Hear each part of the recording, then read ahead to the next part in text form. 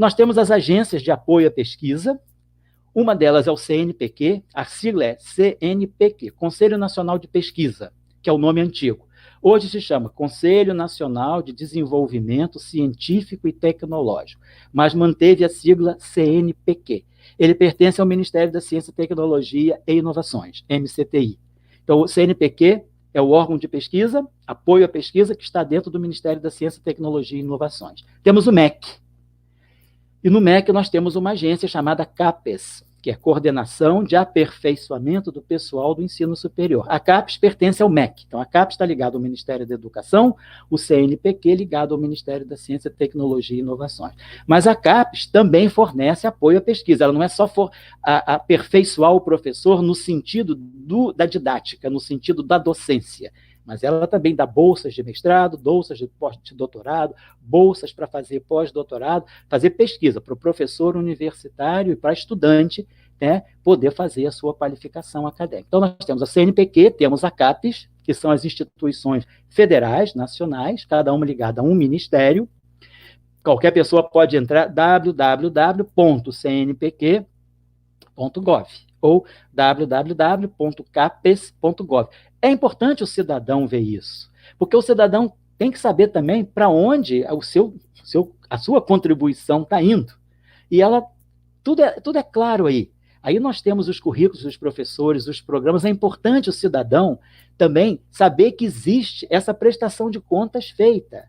Ele só não vai buscar se ele não quiser ou não souber. Então, a gente está dizendo que é importante o cidadão ter acesso para até ter um certo, assim, um certo orgulho, não, ter orgulho, né, de saber que se faz bom ensino, boa pesquisa no Brasil. Temos muito a aprender, temos muito a melhorar. O bom da vida acadêmica, da vida de ensino, da vida de pesquisa, é que a gente está sempre aprendendo, a gente nunca deixa de ser estudante. A gente é um eterno estudante, estamos sempre trabalhando para melhorar, mas é um grande esforço. Então, nós temos essas duas entidades, que são chamadas agências de apoio à pesquisa ou agências de fomento, e temos também as chamadas FAPES, que são as Fundações de Amparo à Pesquisa dos Estados. Os 26 estados, cada estado tem a sua FAP, e o Distrito Federal tem a sua FAP, que se chama FAP-DF, né? FAP-DF, que é a Fundação de Amparo à Pesquisa do Distrito Federal. Aqui no estado do Rio de Janeiro, nós temos a FAPERJ. Em São Paulo, tem a FAPESP. Em Minas Gerais, tem a FAPEMIG. No Espírito Santo, tem a FAPES. No Maranhão, tem a FAPEMA. No Ceará, tem a FUNCAP. Então, todo estado tem a sua Fundação de Amparo à Pesquisa Estadual, que também cumpre o mesmo papel, dá bolsas para mestrado, dá bolsas para doutorado, dá bolsas para pós-doutorado, dá auxílio financeiro a grandes projetos de pesquisa. Então, são as chamadas agências de apoio à pesquisa. Tudo isso com dinheiro público. Por isso que é importante a gente estar aqui prestando contas do que acontece no Brasil, né?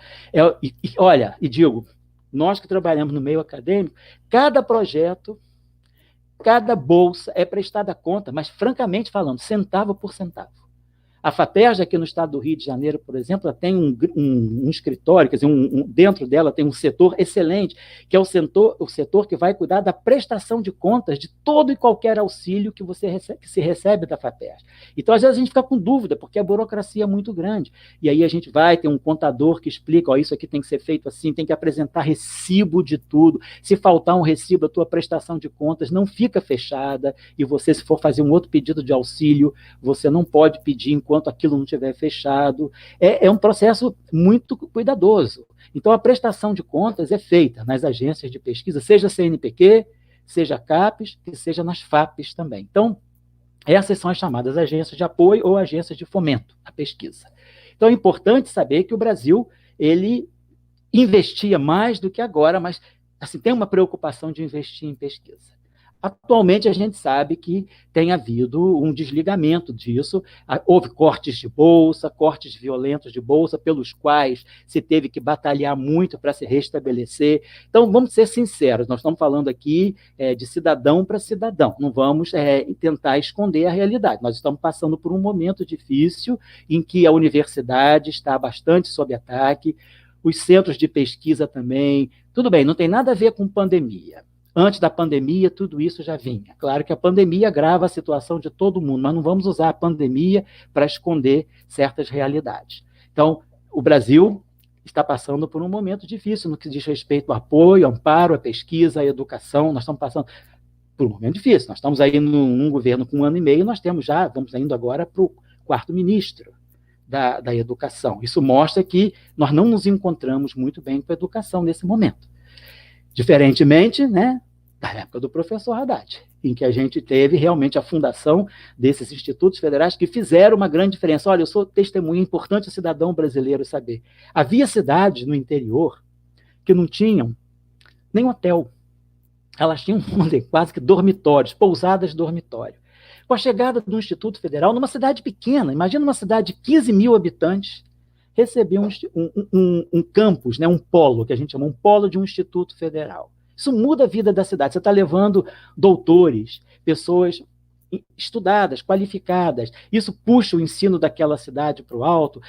Tem cidades que passaram a ter bons restaurantes, boas pousadas, criaram-se hotéis para poder atender ao desenvolvimento que o Instituto Federal estava levando para aquela cidade. Então, você estava catalisando, gerando recursos na economia através de um Instituto Federal que foi colocado, ou um polo de um Instituto Federal que foi colocado naquela cidade. Então, os institutos federais foram muito bons, eles empregaram, deram emprego para muitos jovens com mestrado, com doutorado, e formam muitas pessoas. E interessante também ver o seguinte, o perfil do estudante de Instituto Federal é um perfil de estudante de classe popular.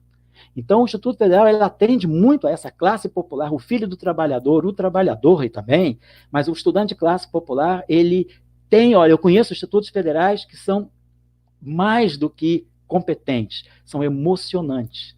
Eu já visitei institutos federais no Brasil que a gente fica emocionado de saber, gente, isso existe, eu estou vendo, é realidade, eu não sabia que nós tínhamos coisas tão boas. Vamos falar das coisas boas também que a gente tem, mas que não podem ser destruídas, que não podem estar ameaçadas por falta de compreensão e por falta de uma ideologia de educação. Vamos deixar a ideologia partidária de lado. A nossa ideologia é a educação, a nossa ideologia é educação para todos.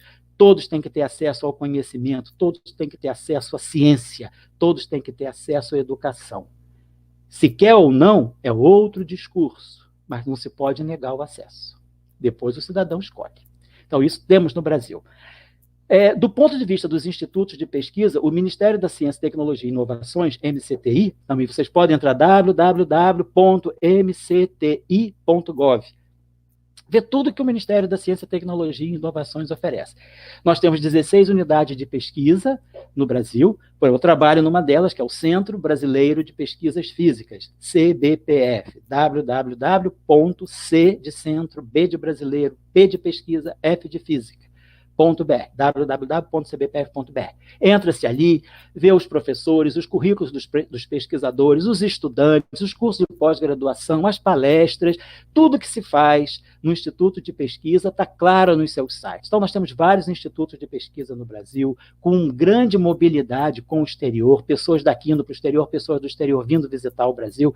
Então, existe uma efervescência no mundo científico brasileiro. Então, só queria colocar, né, assim, um pouco dessa visão, porque às vezes o cidadão desconhece que essas coisas existem, ele pensa a universidade pública é um cabide de emprego, aí esses caras são servidores públicos. Olha, eu conheço professores universitários, a maioria deles, estudantes universitários, bolsistas de mestrado, de doutorado, que fazem um trabalho excepcional nas comunidades, na sociedade. Levam conhecimento à sociedade, trabalham nesses projetos de extensão. Então, tem muita gente trabalhando, muita gente séria trabalhando. A balbúrdia, sim, no melhor dos sentidos, a balbúrdia é a efervescência de ideias, a efervescência de trabalho, a efervescência de discussões, a pluralidade. É isso que é a balbúrdia. A balbúrdia não é festa de gente nua, correndo pelos campos da universidade, isso tudo é um folclore. A balbúrdia é o conhecimento borbulhante, efervescente, vibrante, que os jovens buscam na nossa universidade e que encontram.